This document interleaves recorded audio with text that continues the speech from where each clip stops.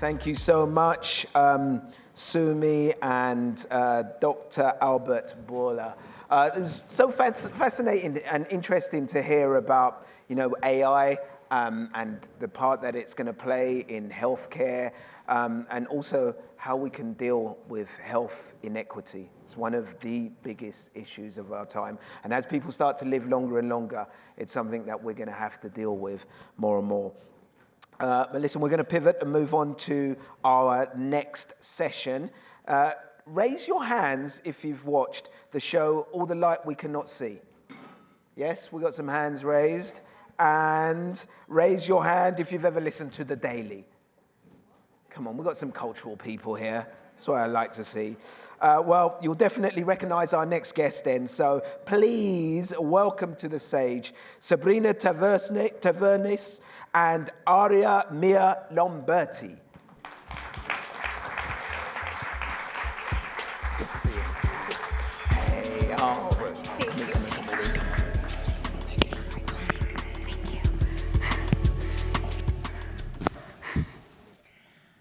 Nice to see you all. I am here today to introduce Aria Mia Loberti.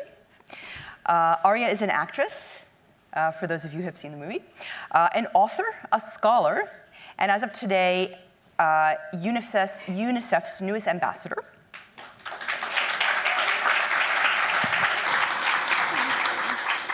Aria starred in the Netflix adaptation of the Pulitzer Prize-winning novel, All the Light We Cannot See. She has a master's degree in ancient rhetoric, and she is an advocate for disability rights, and she has been that all her life. And I want to begin by asking you, Aria, how did you come to your activism? Tell us a little bit about yourself, for those in the audience who don't know you. Well, I think it's been such an interesting journey for me, because sometimes I feel like I do all of these things that aren't very connected. And to me, at their core, they all very much are. And I've always aspired to be connected with UNICEF because I see in them this beautiful model of this organization that can speak up on behalf of the rights of children who may be vulnerable in whichever situation that they're in, and give them equitable access and intersectional access to the things that they need, and also teach them how to be the young leaders they need to be to champion their causes and their cultures and their communities. And in my personal circumstance, I've had a microcosm of that insofar as my parents were the ones who taught me how to advocate for myself and did for me what UNICEF does for the world's children. So it's just a lovely full circle moment. When I was very, very little, I was discriminated against in elementary school, and this is because I am low vision, which is not something that's necessarily evident and not necessarily represented in the media. Often we see someone who is totally blind. We understand that blindness might be a very, a visible thing that we can observe. It might mean that you can't see anything at all or see very little, but we very rarely get to see the side of the spectrum that I'm on, which is, it's a lesser vision impairment, but it's still part of this community, still part of this culture. And throughout my life, my needs have changed. So when I was in elementary school, the need was definitely greater. I was still learning, the muscles in my eyes were developing. And as I've gotten older, not only have I learned to advocate for myself because my parents taught me how to do that, but my accommodations have gotten lesser and technology has gotten so much better.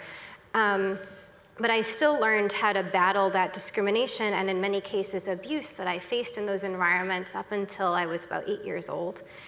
And my parents homeschooled me because of a court case, and that experience really taught me how to not only speak out for myself and know the laws that protected me, but to also realize that there is so many more children here in the US and even in my town who are extremely vulnerable, who didn't have someone speaking out for them, whose needs, I don't like to compare needs, but whose needs may have been even greater than mine, may have been limited by access even more than I was, and I wanted to be a voice for them.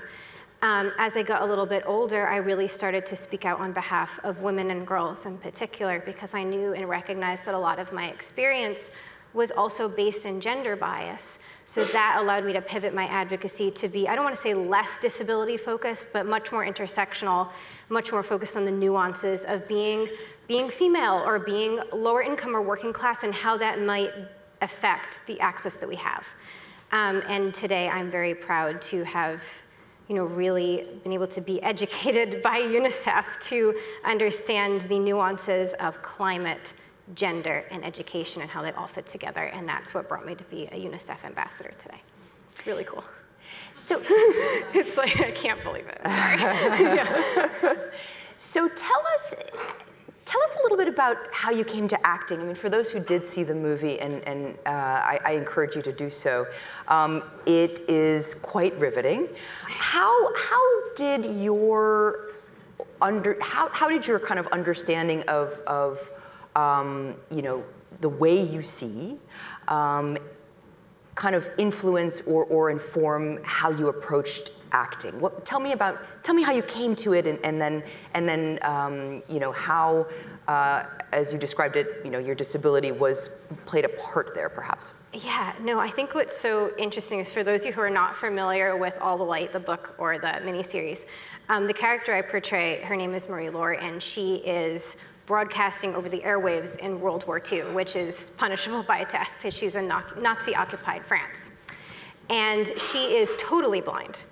And I think what I can bring to this that's such a unique celebration is, not only is this the first time that that Hollywood, the big they, has brought an authentic voice to this community, but it also, in doing so, I think if you're not familiar with disability culture in general, you're not familiar with the blind community, the blind culture, often it's much easier to understand someone who's totally blind.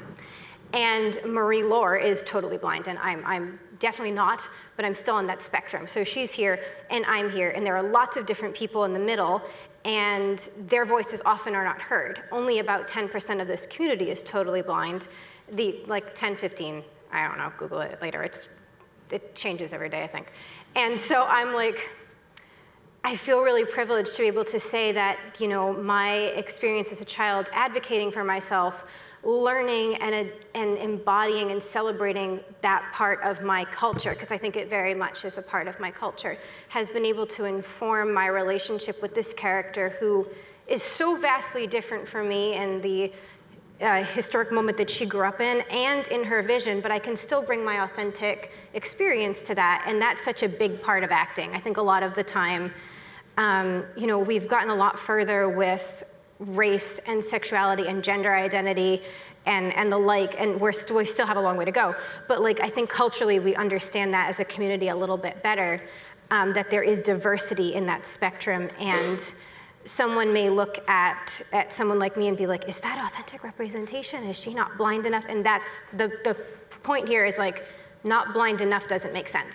You're a part of that community, you're a part of that culture, and that's something that you can bring that's true and honest and informs the characters you create, which is why authentic representation matters, both in the arts and in moments like this in advocacy. I was on the Hill this morning, and one of the things that kept coming up was this idea of as an advocate for education and for literacy and for the nuances and the way that our climate change and our climate crisis is affecting those issues, I can not only bring a sense of sympathy, but I can also bring a sense of empathy because of what I've gone through. And I think that's so valuable, because each of us has our own story to tell that we can bring to our activism, especially young people, and I hope to really celebrate that in everyone.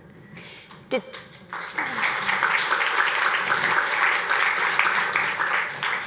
the film in some way feel like activism to you? I mean, this was really a way to touch many people and inform them about exactly what you're talking about. I think that acting is activism, and I feel like there's a pun in there that I'm missing, and I don't want to bore you with my development of a good pun. But I feel like, there's so many layers to this that, the miniseries came out in November, and I'm very new to having any sort of public-facing quality about my life. And I was just a PhD student in a very musty, dusty little closety dorm room, and then I ended up on a movie set. And I think that the person that I am has been able to inform the public figure that I am, and I hope those things are exactly the same.